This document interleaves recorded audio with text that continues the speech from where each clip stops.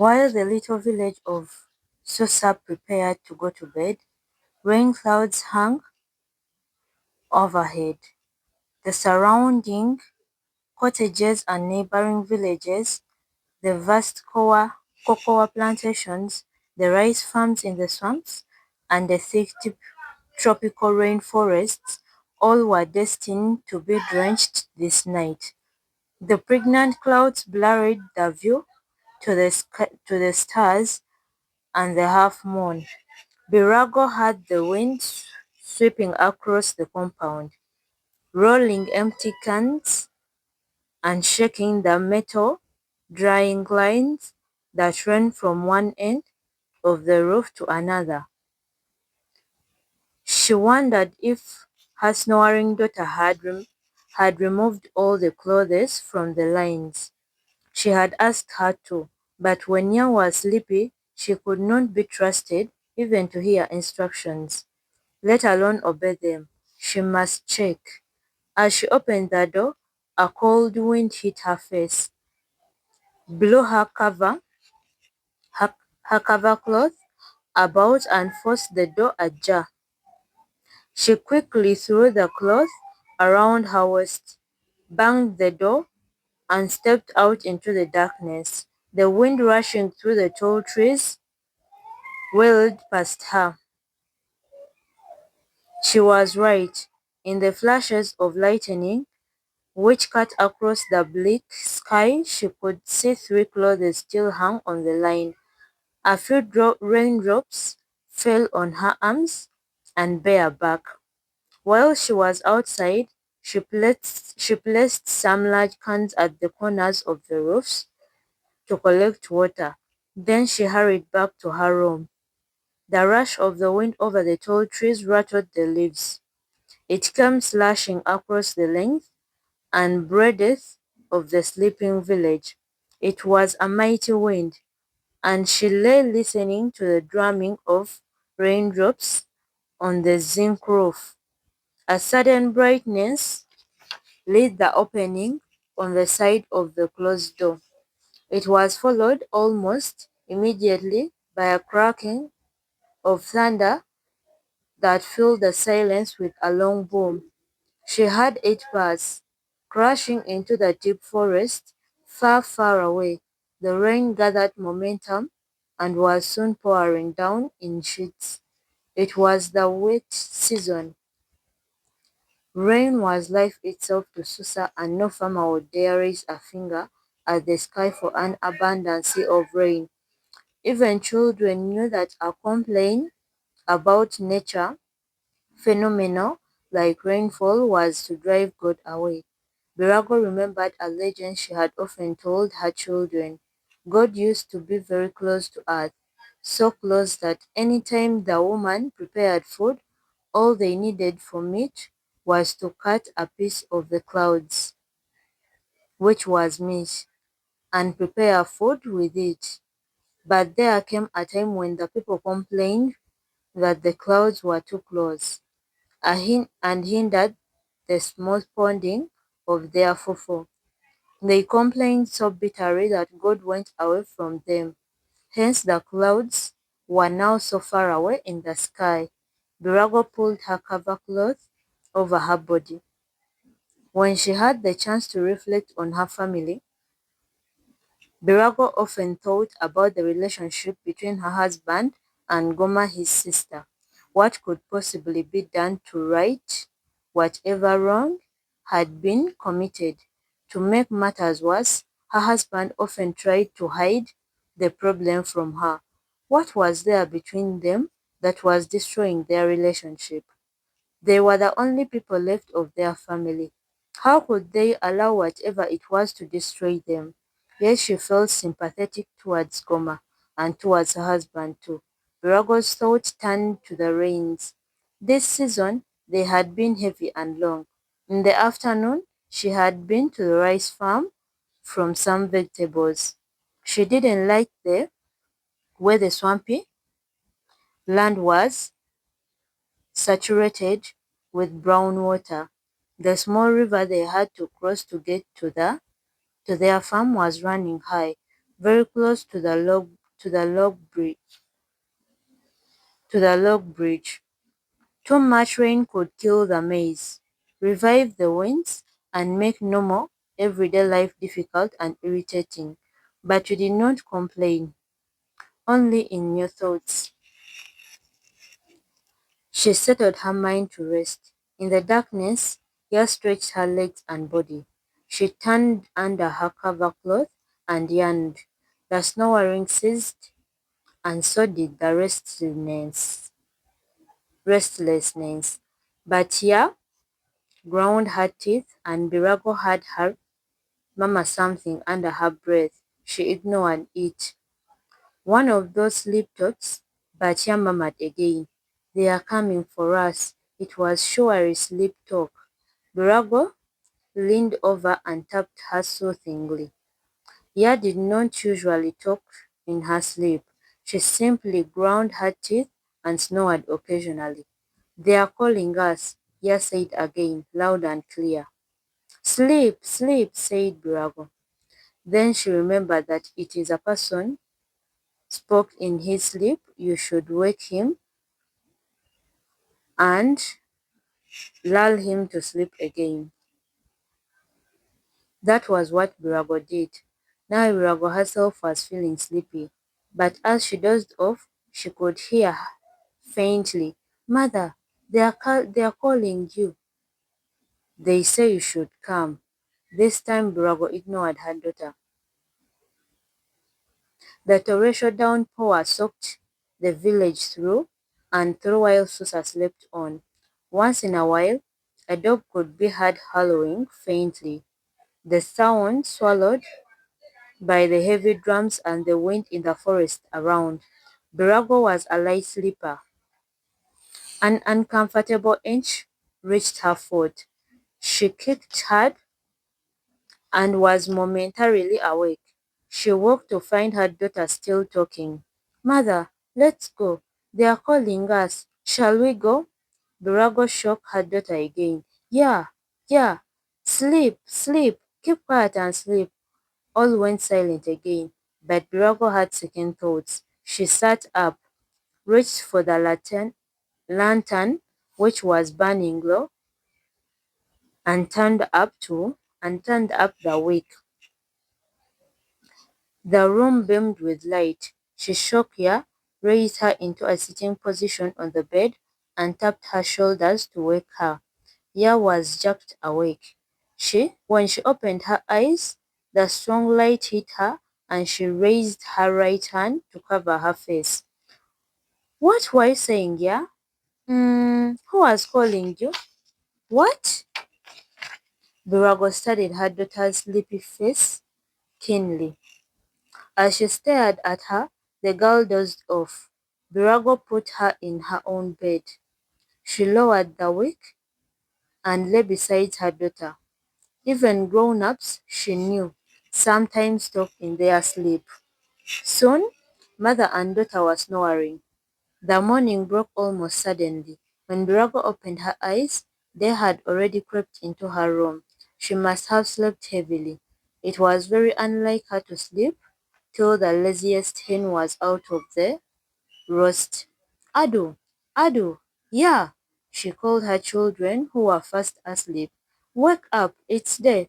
The two children woke and simultaneously ran their hands across their faces, almost as if they had rehearsed it.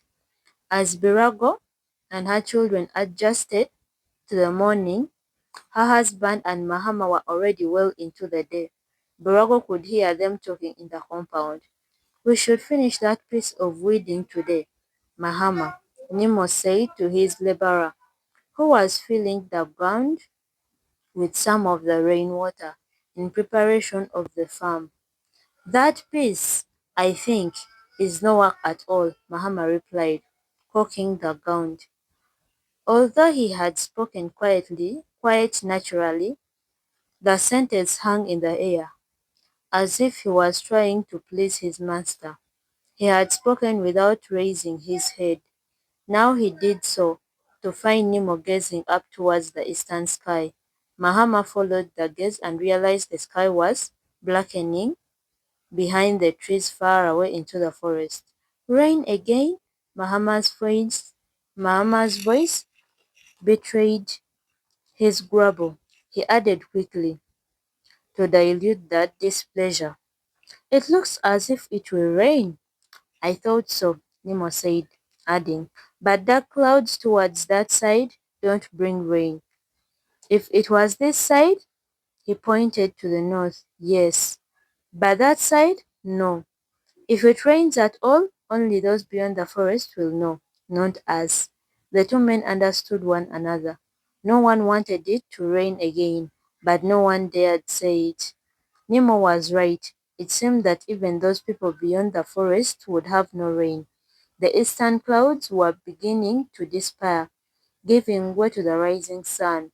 What he didn't know, however, was that clouds were journeying hurriedly westward, the birthplace of torrential rains and angry storms. Meanwhile, the sun was rising, and that was sufficient. Adu fetched water in the bucket with a conspicuous sluggishness that attracted his father's attention. Nemo was entering his room for his gun when he stopped. "You're going to be late for school, Ado." He knew why Ado was behaving like this. Sometimes he wondered whether his son is almost passionate like for farming activities wasn't because he hated school. "You know what you must do?" Nemo said as he entered his room. "You must do it well and do it in time." Ado understood what his father was saying very well. It was not the only time his father had caught him at his tricks. He had hoped to stay away from school in order to follow them to the farm later on, but now he was defeated before his plans could hatch. To school then he must go. Anytime Nemo was forced to talk or think about school, an old issue surfaced concerning his daughter Ya. Somehow he had never felt compelled to send her to school. Only once had his wife discussed the matter with him, but she was prepared for his conviction about not sending a girl to school. In all Susa, only one man sent his daughter to school, and the latest news seemed to indicate that even he was thinking of withdrawing her. Anyway, Ya herself had never liked the idea. She was already past the age of starting school, and the idea had almost gone out of their minds. Ya was close to her mother and loved the farm work and household chores.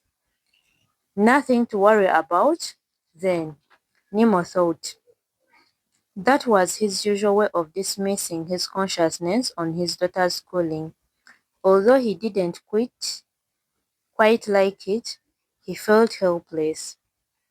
It was the season of clearing the remaining weeds from under his cocoa farm before plucking time. Nemo was usually one of the first people in Susa to finish clearing the bush.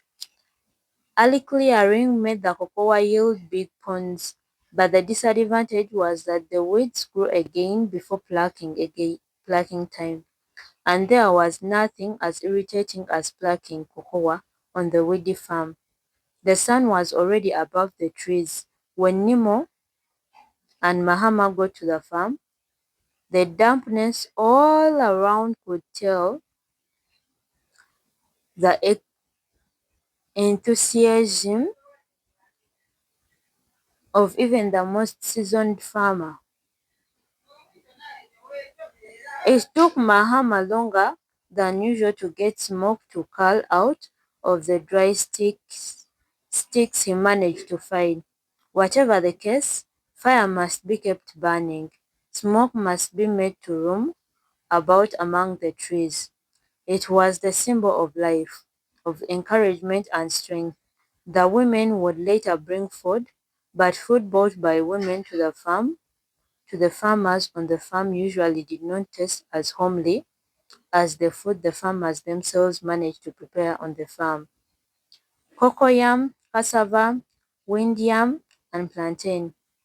It was why Mahama or even Nemo himself never failed to dig under the old brownish cocoyam plant to see if they born young ones. The smell of smoke strangely picked up the farmers as they attacked the remaining area of weeds that Nemo had talked about that morning. Back at home, Birago and her daughter were getting ready to go to the farm. Usually, they wouldn't follow the men until the sun was almost directly overhead. But today, they didn't have to go for the water from the stream because of last night's rain. Birago felt funny. She watched Tia sticking firewood into the three-stoned fireplace to set the fire. She felt no enthusiasm for doing anything. She sat by the door and rested her head on her hand. She remembered it was a bad posture and quickly changed it. She tried to recollect something, but her mind was blocked. She tried but failed. She gave up. Then she entered her room and sat still on her bed. Why do I feel like this? She asked herself. Am I getting sick? She rose up again and went out into the compound where Ya was struggling with the fire. Mother, the fire is ready, Ya announced when she saw her mother. Put water in the pot and place it on the fire. Peel some of the yams. Rago pulled up a stool and sat on it. As soon as she was seated, she saw her daughter's disheveled hair, and something about it caught her attention. What was that? Then gradually, her mind began to sort itself out. First, she remembered Ya's sleep talk the night before. Oh, she thought, it was useless to ask her. Even if she were to answer her about it, she knew instinctively that Ya would not remember a thing. Birago was about to give up when she remembered something else. She had had a dream. She had tried in vain to recollect it. Now it began to unravel. It was Ya's unkempt hair she saw in the dream. Someone was trying to pull the girl's hair. No hands at first. She pulled her daughter to herself and tried to shield her from the intruder. At first it seemed like a play, but the woman whose face Birago couldn't quite remember now became serious and reached out violently for the girl's hair. Ya had screamed. The fearless woman let go the girl's hair, but to Birago's astonishment, she had plucked off a handful already. From where she sat, Birago pictured Ya's disheveled hair, but before long, she was picturing Ya's hair in the hand of the fearless woman. Now the woman moved towards Birago herself. The dream was vivid. As she sat remembering, Birago's eyes shifted from her daughter's hair and now and were now fixed sightlessly on the entrance of the house. In her mind, she could see herself struggling to run from the faceless one, but the woman overpowered her. The woman had shot her hands straight in Birago's hair, and before she could give the assailant a slap, was gone with hair in each hand towards the gate. A strange cold rushed through Birago and she shivered. With her eyes still fixed on the entrance, she closed them tightly to ward off that near evil mind play of the dream. When she opened her eyes again, a figure appeared at the entrance of the house. Birago screamed in frightened and surprise. Boye's mother, about to enter into a hilarious greeting upon seeing her friend, stopped short and remained there, standing. Yea turned quickly towards her mom, dropped a yam involuntarily and rushed to her side. Why, mother? He asked. She followed her mother's gaze towards the gate, was the more surprised to see Boye's mother. For a brief, weird moment, nobody knew what to do.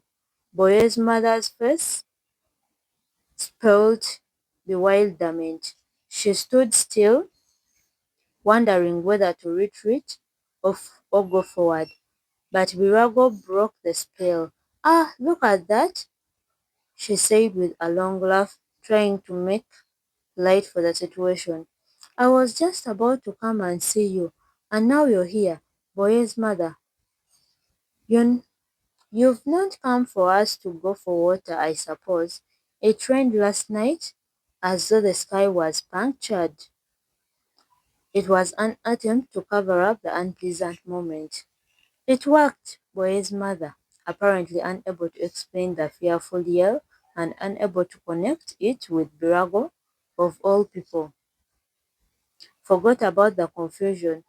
She walked to her friend, bursting out in the vigorous way that was her nature. She pulled up a chair and sat down. As she talked, the heavy flesh of her arm shook. "She hadn't come to stay for long," the big one said. "I'm just returning from having dumped some rubbish and thought to pass by and greet my friend." Ya went back to her cooking. She was sure that her mother had yelled in fright and that her way of welcoming Boye's mother was only a cover-up. She stored it in her heart to ask her at an opportune time.